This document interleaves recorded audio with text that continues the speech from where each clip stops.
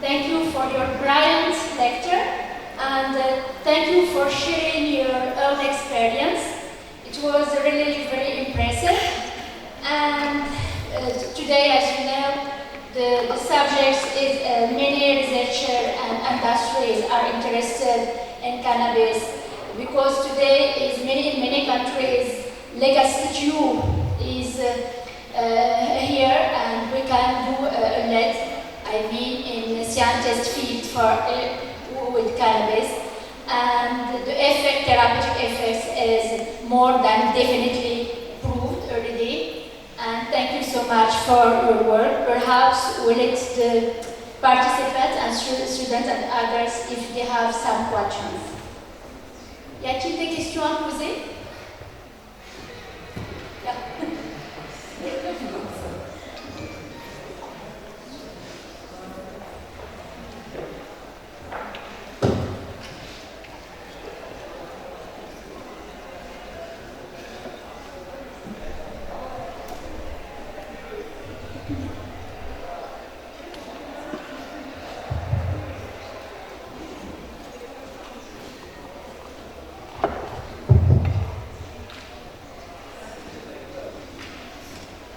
Thank you, Annabelle.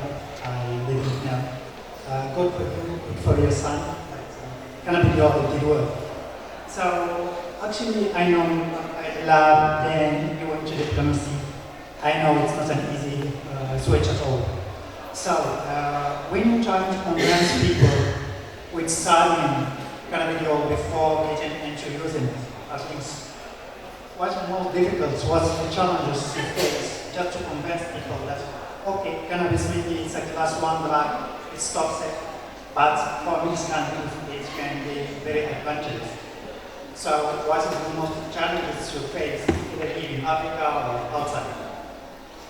Say the last part one more time. Yeah, just the challenges you face. How do you convince people that, okay, we know cannabis is meant to be toxic, but we need to use it in research because it has therapeutical activities? Yeah, it's the data. So for me, I had to travel, and that was the only way that I was able. I live in Nashville, Tennessee, where cannabis is very illegal still. So I had to go to California and meet with scientists there and talk to them about the work. But in California, they're more interested in the recreational market. But being there, I was able to meet some folks from Israel, and I went to Israel. And so you really, when you're passionate about something, the world is very small. You have to find your way. But even when I went to Israel, the data was maybe not good enough for United States. So then I helped them with some protocols. I took extra certification courses myself to learn more about the clinical trial process. And that is the focus of the conversation when I step into another country, is the data. I share my story about my son, and it's blessed, but it's anecdotal at the end of the day when you sit at the table, right? So if somebody wants to do a clinical trial for autism, for instance, we pull all the autism data, we show all of the pilot study data, because there's pilot study in almost every neurological disease. Yeah, but it's still one question. Like, I don't know, like, here in Morocco, like, the one who work with cannabis, has to do a lot of classification, as you may know, about Rôle and state classification. And after that, in US, you know, you do have already a ban of the cannabis that you can use. We agree that we know that for seizure, we can use the cannabidiol as a treatment that extract from that exact plant. So what's the possibility to make the databases that now have centralized in US or in Canada or the UK to do that here? Or international, yeah, so we can also have access to those databases. Yeah, so you'd have to create a protocol. You would look at your Moroccan cannabis strains, which you know a lot about, you told me. We'd look at the composition, the certificate of analysis, and then decide what these certain strains are probably good for. So maybe diabetes, I heard there's a lot of diabetes here, definitely a lot of cancer. And then we just create a protocol and try to get an approval for a study. I'll help you. Thank you very much. of all, congratulations for your very nice talk. I have a personal question, and not just specific. Do you know why Savitex was an Israeli epilepsy for a young person? Why? Do you have some explanation at this point? Of Citivex? Yes. Do I have experience in it and on No. what? The first trial for this compound was performed with epilepsy with a young person. Why? There is some explanation. I didn't find why. Sorry, I don't understand the question. Can you help me? Savitec was previously performed in clinical trial against epilepsy for your young person. Young person. Oh, so I recommend it? Exactly. And why? Do you have some reflection? Why? So, this is controversial answer, okay? But you're asking me for my opinion, right? Okay, so no, I don't recommend it. We did a very large private autism study, and we're seeing a lot of neurodevelopment disorders with synthetic cannabis and with THC, just general THC. So, I mean, of course it depends, right? Because, you know, it's not a toxicity issue, it's a development issue. The FDA approved only in this indication. For Citivex? Yeah, so, go ahead. It's not for kids. Yeah, for Sativex, actually, before the 96, it was prescribed principally for spasm, muscular spasm, not for epilepsy. Then, as you may know, we discovered later that the endocannabinoid system plays a major role in the maturation of the brain. So, with the huge doses, because Sativex, as you may know, just as a spray. It's a spray. Yeah, exactly. And it has it's highly distributed in the brain. So it doesn't need the brain to develop. That's why later FDA it removed it. And only now the prescription it's returned to the spasm for muscular It's for spasm. multiple sclerosis. Yeah, it's only for muscular Yeah, it's not for and children. not For for Epidiolex. any inflammatory disease. Epidiolex that was just approved is definitely for children. You know, you'd be really interested because a lot of families are saying that Epidiolex is not working for their kid. They use MCT oil, and they're thinking that the delivery is not allowing for the cannabis to work. So it's not a good delivery system. It's very heavy lipid based. D'autres questions? Oui.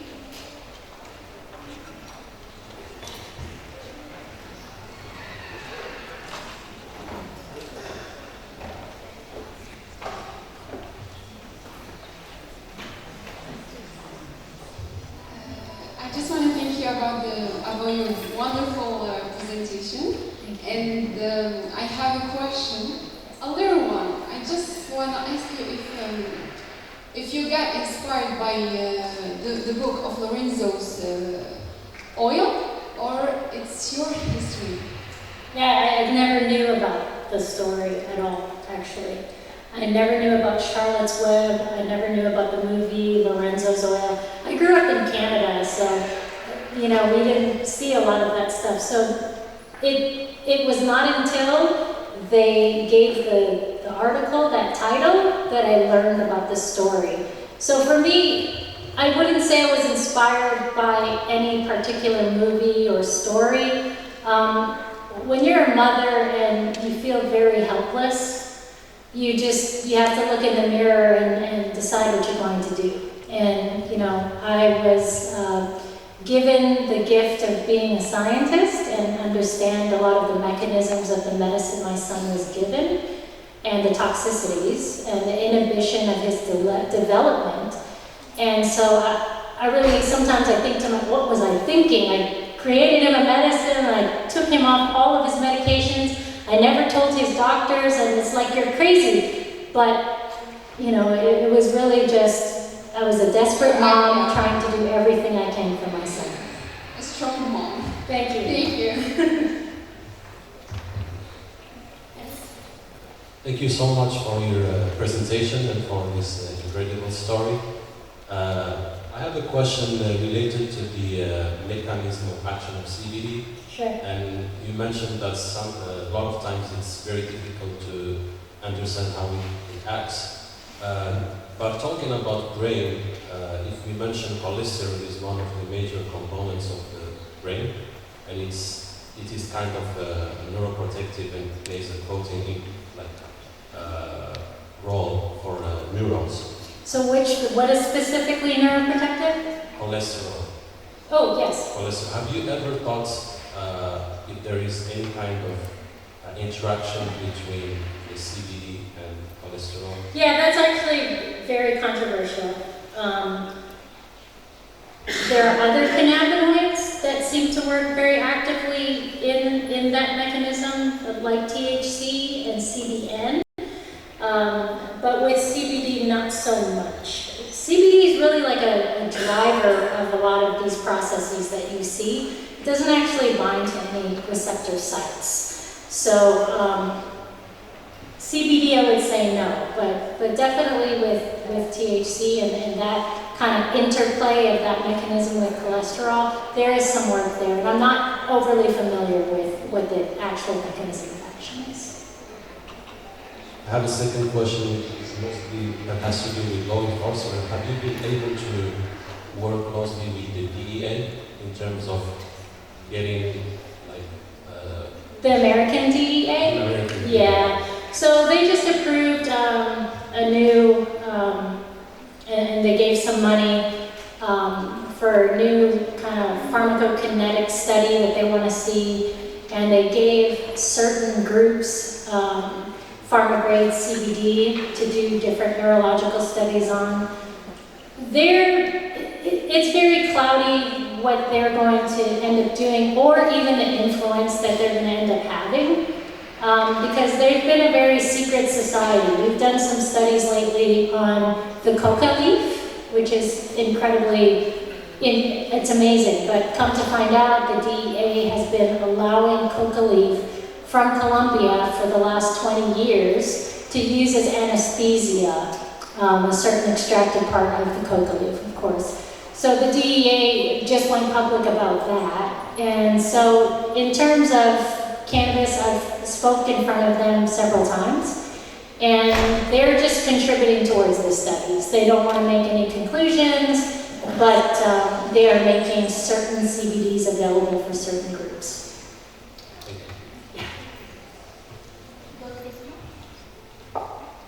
Thank you so much for your presentation and for your inspiring story. I've just a short question about any eventual side effects of the extract you use, neurological or other. You not reported any side effects? Well, that was so her question is, were there any side effects of that actual formulation that you use? So I used isolated CBD. I wanted to do that as a step one on my son because I knew there was good safety profile. There's no, no psychological issues there, and so that was just going to be the first step. If that didn't work, I was going to try, another cannabinoid or maybe add some terpenes. Traditionally right now, and especially in Israel, it is a known fact, and Raphael Mechoulam, who's like the king of cannabis science, he said that cannabis works better as an entourage effect, meaning you use the entire extract. That's when the problems come in, because we aren't able to fully define those compositions.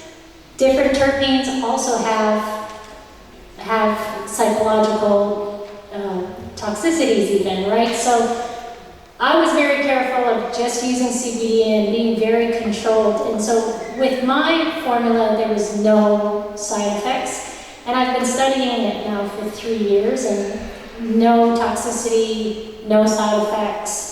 But as soon as you start talking about the extract of the plant, which is very popular, or even just the distillate where you remove the THC, you're seeing more side effects, which basically, people are getting very drowsy or hallucinogenic. And when you have in the media people talking about cannabis being bad, it's because they're being supplied with extracts that we don't know enough about.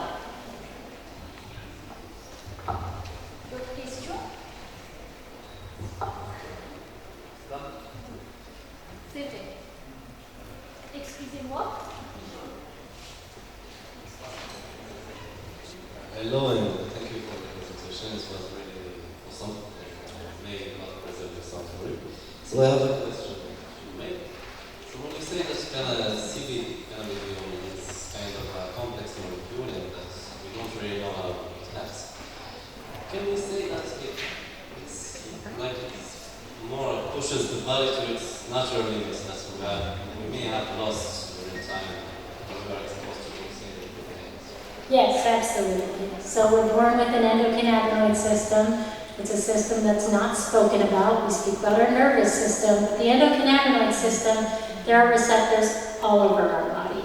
And it is a known fact that an embryo is developing its endocannabinoid system, which is supplied by endocannabinoids that we develop over time. So I do believe, and of course this is not 100% sure, but I do believe that over time we do have a degradation of the availability of CBD or CBD-like compounds within our body. And so we're essentially supplementing when we give ourselves CBD, right? Because again, CBD is not, it's not psychoactive and it's not actually binding to anything. And that's why sometimes people use CBD and they're like, oh, I don't feel anything. Well, sometimes it takes time. And I always say it's like water when you're dehydrated. So yes, I absolutely feel that when you take CBD, you can't take too much. Some people say, when should I stop? Should I stop after 2 weeks? No, you're not hurting yourself, you're just supplementing. Perhaps the last question? Yes, because it's $5 each question. You give me $5. Okay. We can pay you by Moroccan dirhams. Yeah, I'll take it. That's much better. So just we all talk the benefit for cannabis oil for other disease.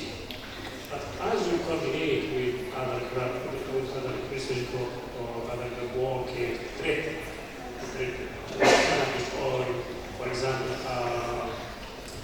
Parkinson or other neuroscience disease. So all is better. Did you observe some side effect to use oil cannabis on long duration? For example, maybe this cohort, they use for 5 years or more, 1, 2, 3, 4. Other issue is when you use the oil for the kids, there is any issue with heavy skin critical committee? Yes. Yeah, so, cannabis is not perfect, right? And no plant is. And again, it's the regulation that's the problem, because when we do see side effects, it's not in our studies, because we're controlling the amount, we're controlling the delivery, we're controlling everything. But when you see pilot studies that are being done with full extracts, and maybe they're using a base of really bad oil, and maybe the cannabis was extracted and it's really dirty, right? That's when we start seeing side effects. So we've seen skin issues come out, rashes.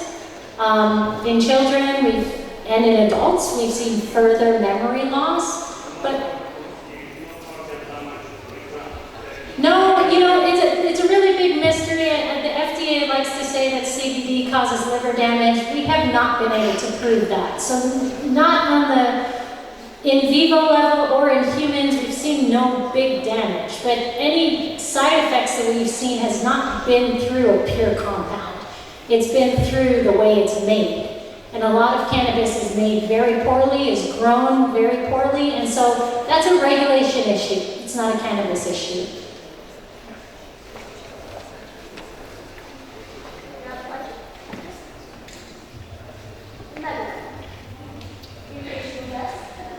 No, I'm not gonna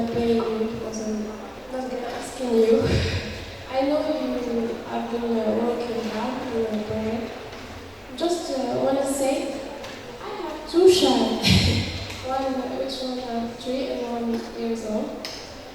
My maximum is to give an help for nervous, for calming her nervous issue. So I want to congratulate you to having courage to have this courage to give your child a kindness, a kind of mood. I just want to ask you, which company you've mainly used? We're using Canada mainly, and CBG, CBN, THC. We're starting to look at the acids because a big study came out in the press that the acids can cure COVID, so we had to study those. So I get asked to do a lot of studies on behalf of the government. So when the media goes crazy, I'm asked to do a lot of those studies. That's going to involve Sativa, Indica, or which plant? Oh, you're talking about strains.